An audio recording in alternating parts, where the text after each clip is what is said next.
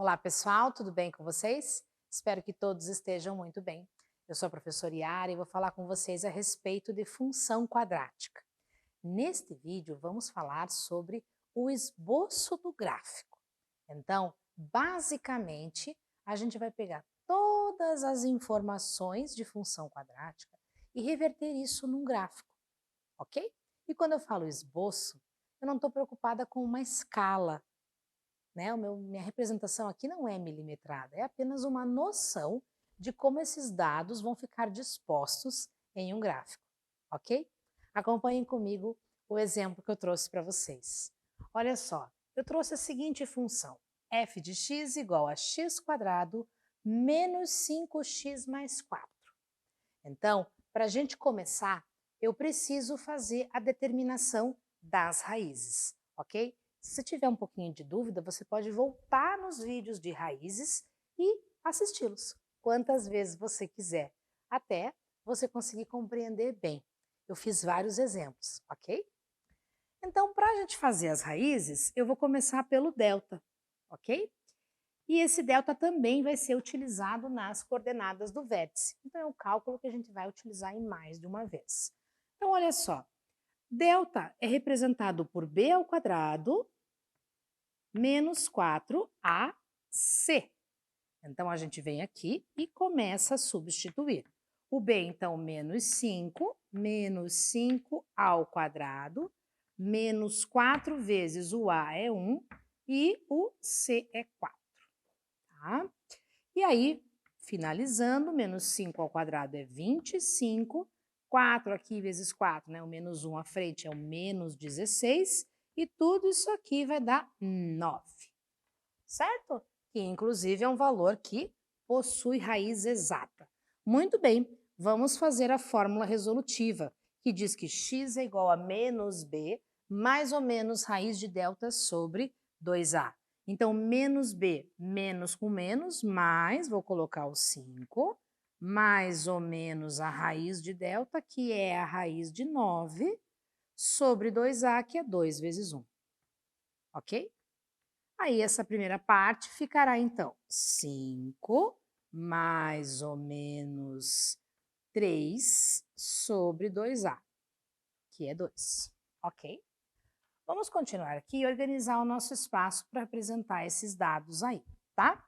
Observe aqui que nós vamos, então, trabalhar agora com a primeira raiz. Vou chamar de x'.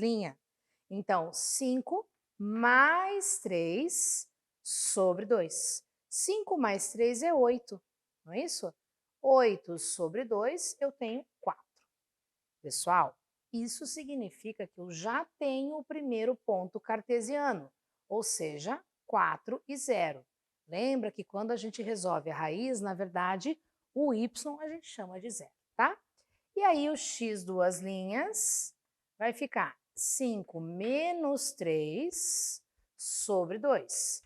E 5 menos 3 é 2, que sobre 2 ficaria 1, ok? E aí a gente vai ter o segundo ponto cartesiano, que é 1 e 0, ok? Preciso falar para vocês, então, sobre o nosso vértice. Analisando o vértice, nós temos o seguinte: nós temos x do vértice, que é menos b sobre 2a. A gente também tem vídeo sobre esse assunto. Se você precisar retomar, assiste lá quantas vezes você precisar. Então, é menos b sobre 2a. Então, menos, e aqui é menos 5. Então, vai ficar mais 5 sobre 2a. Que, na verdade, o a é 1. Então, 2 vezes 1 é 2. Tudo bem? Aproximadamente aqui em 2,5 nós vamos ter, não é isso? A gente vai ter o x do vértice, tá? E o y do vértice, pessoal, ele é menos delta sobre 4a. O nosso delta deu 9, então menos 9 sobre 4a. 4 vezes 1 é 4. E esse valor aqui é mais ou menos 2,25. Então, a gente tem mais um ponto aqui, ó. Vou colocar aqui, tá, pessoal? 2,5 e menos 2,25. Tudo bem? Além disso, eu tenho duas considerações que eu preciso que você observe. Bom, a gente está falando aqui de uma parábola. Então, você tem certeza que se trata de uma parábola porque é uma função quadrática. Só que a gente tem mais duas considerações importantes. A primeira consideração é sobre o crescimento, ok?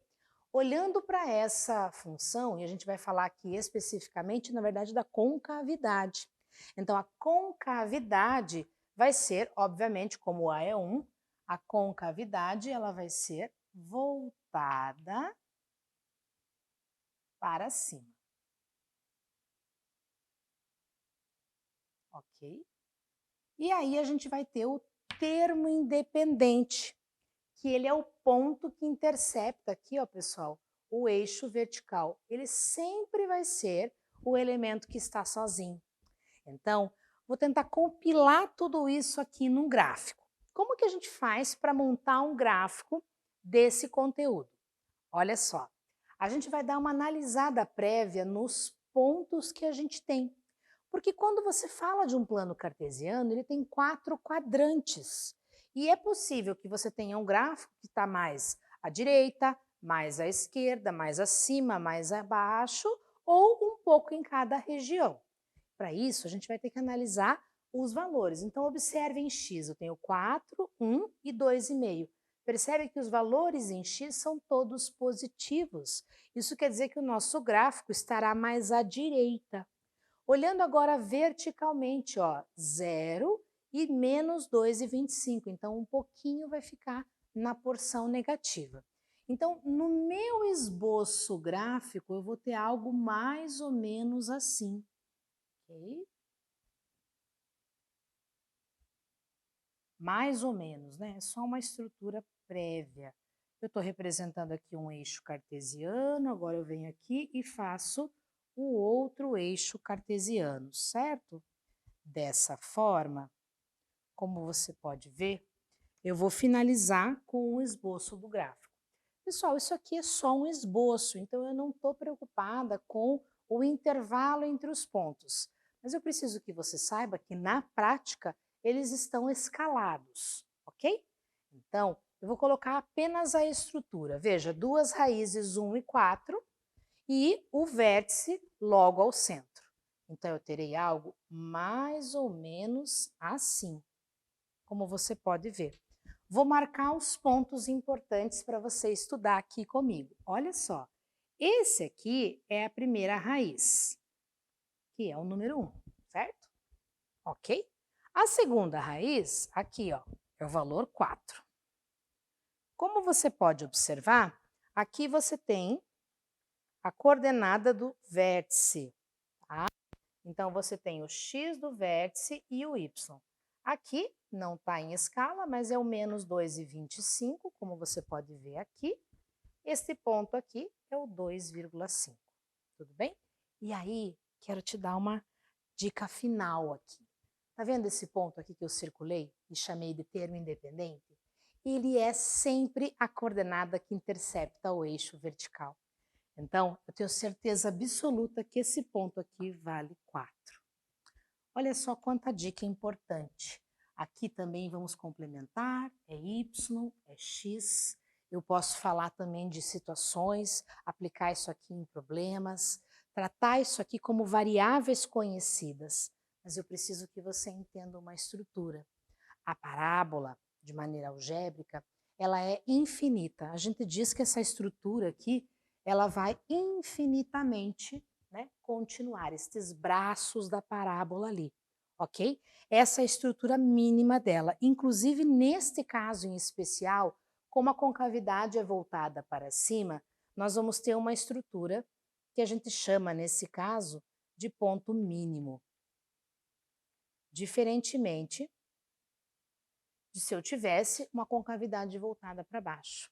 Aí, então, eu teria uma estrutura chamada de ponto máximo. Observe quantos detalhes nós falamos apenas nesse item esboço do gráfico, justamente porque ele é uma conclusão de todos os detalhes que a gente estudou.